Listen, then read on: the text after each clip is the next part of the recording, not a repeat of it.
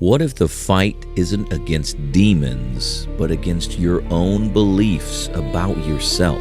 Forget Muzan. The real final boss lives inside your head. Yeah, turns out the worst enemy isn't a demon lord. Is that gremlin in your brain who thinks Doritos for breakfast is a personality trait. It whispers things like, "You're not good enough. You're too slow. This is just how you are." And if you believe it long enough, it becomes true. Most people don't lose because they're weak. They lose because they believe they can't be stronger. But what if I told you there's a mindset that flips that story, that turns failure into fuel, that makes even the quietest demon slayer dangerous? Tanjiro masters it. Zenitsu nearly got trapped without it. Stick around, because by the end of this, you'll know exactly how to beat the demon in your head. Zenitsu is proof of what happens when the voice in your head runs the show. Every time Zenitsu's on screen, you can almost hear the anxiety dripping from his pores. He's begging not to fight, trembling like a wet chihuahua, saying, "I can't do this, I'm too weak." And honestly, watching Zenitsu before a fight is like watching Windows 98 trying to load a YouTube video. That's more relatable than we'd like to admit. Because who hasn't had that voice pop up? When you bomb a test, skip the gym again, can't even start that new project because deep down, you already decided you're going to fail. Psychologist Carol Dweck at Stanford defines this as a fixed mindset, the belief that your abilities are set in stone. You're either smart or you're not, talented or not, capable or permanently broken. And here's the kicker. Believing you can't change is the fastest way to make it true. Zenitsu literally collapses before battle. He curls up, sobbing, begging for someone, anyone, to take his place, even though, when unconscious, he's a beast. One of the fastest, deadliest characters in the entire show. But awake, he's paralyzed by his own doubt, not by demons, by beliefs. You've heard this line before, "I'm just not good at math." Or, "I'll never be in shape." These aren't facts. They're just mental tattoos people gave themselves in 8th grade and never removed. Zenitsu had the talent, he had the strength, but the only thing he truly lacked was the belief that he could become more than his fear. His enemy wasn't out there, it was inside him. Your mindset is the lens through which you see yourself. If it's cracked, everything looks broken, even you. So ask yourself, are you fighting your limits or feeding them? Tanjiro doesn't start stronger, he just refuses to stay the same. Let's be real, Tanjiro's origin story is a tragedy buffet. Family, gone. Sister, half demon. Power level, basically a civilian with a cool forehead scar. He wasn't chosen by some ancient prophecy. He didn't inherit some broken limit bloodline. He was just a kind kid with a basket and a sword. And yet, he climbs higher than almost anyone else. Why? Because Tanjiro runs on what Stanford psychologist Carol Dweck calls the growth mindset. The belief that your skills can improve, not through wishing, but through effort, persistence, and feedback. A 2007 study by Dweck found that students with the growth mindset weren't just more likely to improve, they actually sought out harder challenges because they saw failure as feedback, not a verdict.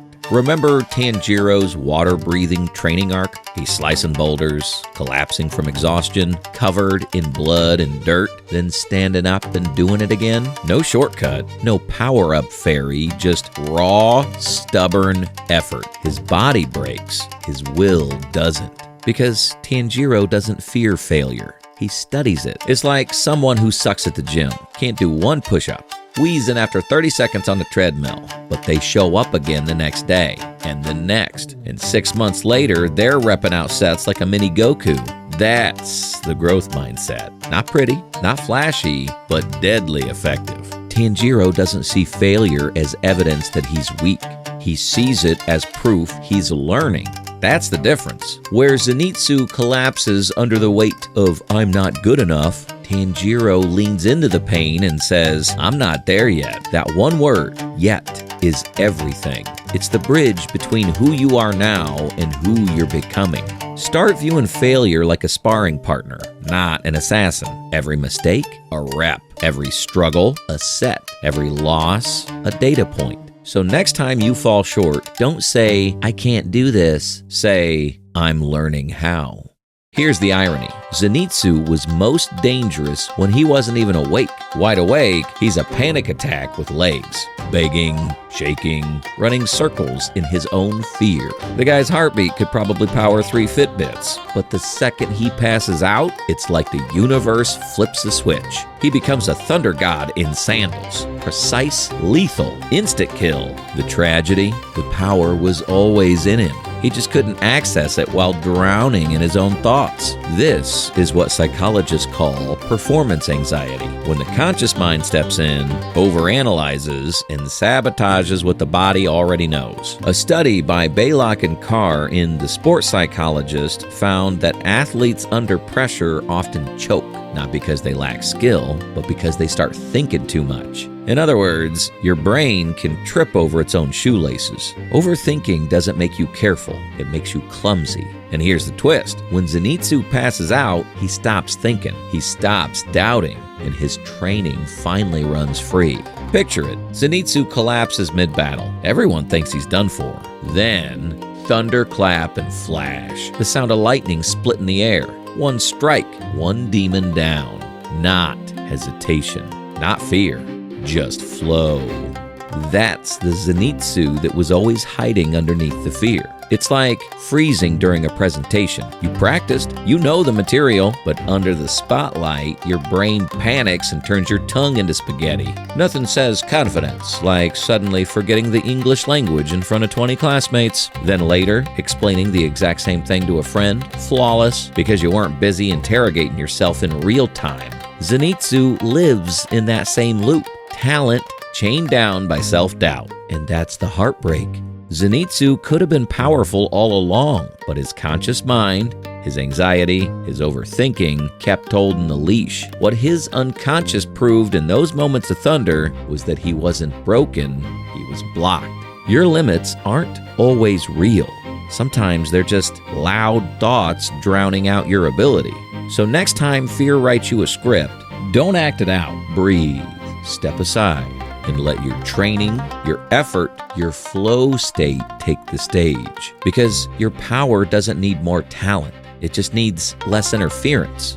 2 demon slayers, same danger, different destinies. Zenitsu and Tanjiro both face nightmares. Same demons, same blood-soaked battleground, but one hesitates and the other keeps climbing. The difference isn't strength. It isn't luck. It's belief. Because the story you tell yourself about who you are and who you're becoming decides whether you rise or rot. Psychologists David Yeager and Carol Dweck found that under stress, people with a growth mindset didn't just cope better, they rebounded faster. Why? Because they believed effort could rewrite the outcome. In other words, mindset doesn't just shape your attitude, it shapes your future. Let's rewind to the most legendary moment in Demon Slayer. Tanjiro versus Rui, episode 19. Tanjiro's body shattered, ribs cracked, vision fading. Every logical sign screamed, give up. But he didn't. Because Tanjiro didn't see failure as proof he was finished. He saw it as proof he was still in the fight. And in that moment, he reached deeper. Not for talent, not for fate, for a belief. The belief that his pain was a test, that his sister was worth every scar, that growth is always one more breath away. The result? Flame breathing, Nezuko's blood demon art, the sword slash that burned itself into anime history. It wasn't destiny that saved him. It was mindset. 2 students bomb the same exam. One says, I'm dumb. This proves it. The other says, I studied wrong. Time to adjust. Same test, same failure, but one stays stuck in the story of defeat, while the other rewrites the script. Tanjiro wasn't chosen. He wasn't gifted. He was just a kid stubborn enough to treat broken ribs like a minor inconvenience. Like, walk it off. Here's a truth most people run from. Talent without belief, it rots. Effort without belief, it burns out. But belief fused with effort, that's transformation. Tanjiro isn't the most gifted. He's not chosen, but he believes with terrifying persistence that effort multiplies. And because he believes it, he acts like it. Because he acts like it, he grows. Belief becomes prophecy. If you want to change your destiny, you don't need a prophecy. You don't need to be born special. You need the mindset that says every rep, every scar, every stumble is making me dangerous. Because mindset isn't just psychology, it's the script your life obeys.